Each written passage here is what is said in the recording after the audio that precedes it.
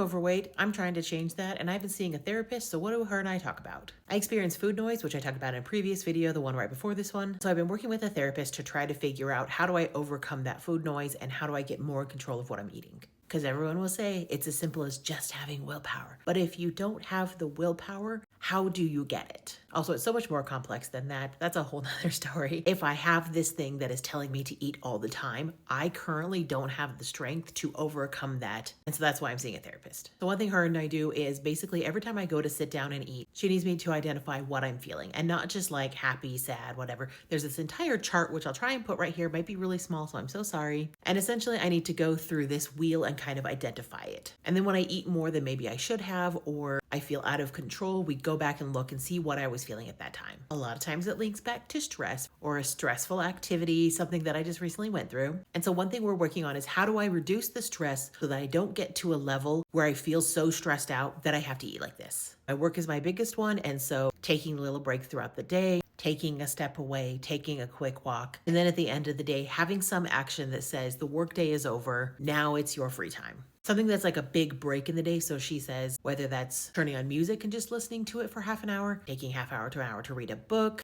going on a walk, doing something that is a big break in your day that really solidifies workday is over, personal day is started, so that I can leave all the stress at the workday. Another thing is to check in. So let's say I'm having something that is broken down into bites of a sandwich, spoonfuls of macaroni and cheese, something like that. Doing a check-in every few bites to say, how am I feeling? Am I starting to feel full? Do I think I've had enough? Especially when it comes to something where you can go back for more. So like you put 2 slices of pizza on your plate, you go to the table, you have the 2 slices. There's an action to get up and go and get more. So at that time is when I would do the check-in with myself and just kind of observe how I'm feeling, what I'm feeling, and do I feel satisfied? And do I feel strong enough at that time to say, nope, just gonna close this up and put it away? Or am I getting those frantic feelings back that I described?